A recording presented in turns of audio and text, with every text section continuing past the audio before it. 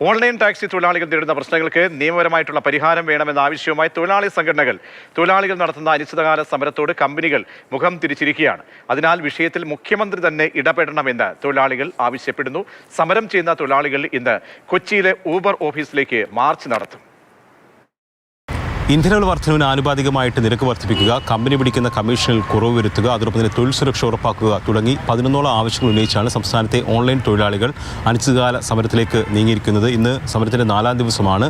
ഇപ്പോഴും കമ്പനി പ്രതിനിധികൾ ചർച്ചയ്ക്ക് തയ്യാറായിട്ടില്ല. തൊഴിലാളി സംഘടനകൾ ശക്തമായ സമരമായി മുന്നോട്ട് പോകാൻ തന്നെയാണ് തീരുമാനിച്ചിരിക്കുന്നത്. ജനാധിപത്യപരമായി നടക്കുന്ന ഒരു സമരത്തോട് മാനേജ്മെൻറ്റുകൾ സ്വീകരിക്കേണ്ടുന്ന ജനാധിപത്യപരമായ രീതികൾ യൂബർ ഉൾപ്പെടെയുള്ള ഈ മൾട്ടിനാഷണൽ സംവിധാനങ്ങൾ പുലർത്തുന്നില്ല.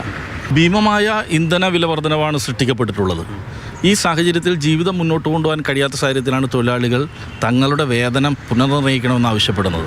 അത് ഉപഭോക്താവിൽ നിന്നാവരുത്, പകരം വലിയ ഭീമമായ കമ്മീഷനാണ് ഈ കമ്പനികൾ ഈടാക്കുന്നത്.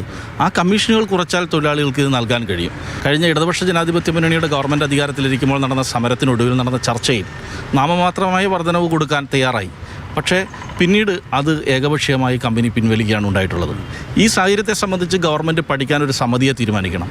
ഇതിൻ്റെ ആത്യന്തികമായ പരിഹാരം കണ്ടെത്തണമെങ്കിൽ ഇത്തരം മാനേജ്മെൻറ്റുകളെ നിയന്ത്രിക്കാൻ ആവശ്യമായ നിയമനിർമ്മാണങ്ങൾ അനിവാര്യമാണ്. നിലവിൽ അത്തരത്തിലുള്ള നിയമങ്ങൾ നിലവിലില്ലെന്നുള്ളതാണോ?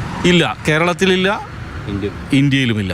ഗതാഗത വകുപ്പിൻ്റെ കീഴിൽ തൊഴിൽ വകുപ്പിൻ്റെ കൂടി സംരക്ഷണയിൽ നിയമപരമായ പരിരക്ഷയുള്ള ഒരു മോണിറ്ററിംഗ് സംവിധാനം ഇക്കാര്യത്തിലുണ്ടാവണം. ഇപ്പോൾ ഈ 4 ദിവസമായിട്ട് സമരം തുടരുകയാണ്. പക്ഷേ കമ്പനിയുടെ ഭാഗത്തു നിന്ന് ഒരു ചർച്ചയ്ക്ക് പോലും തയ്യാറാകുന്നില്ല.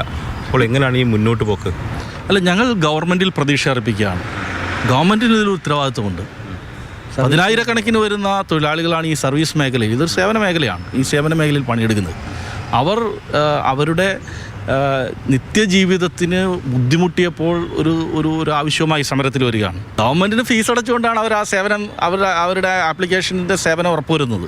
അതുകൊണ്ട് ഗവൺമെൻറ് അവരെ വരുത്താൻ ഉത്തരവാദിത്വമുണ്ട്.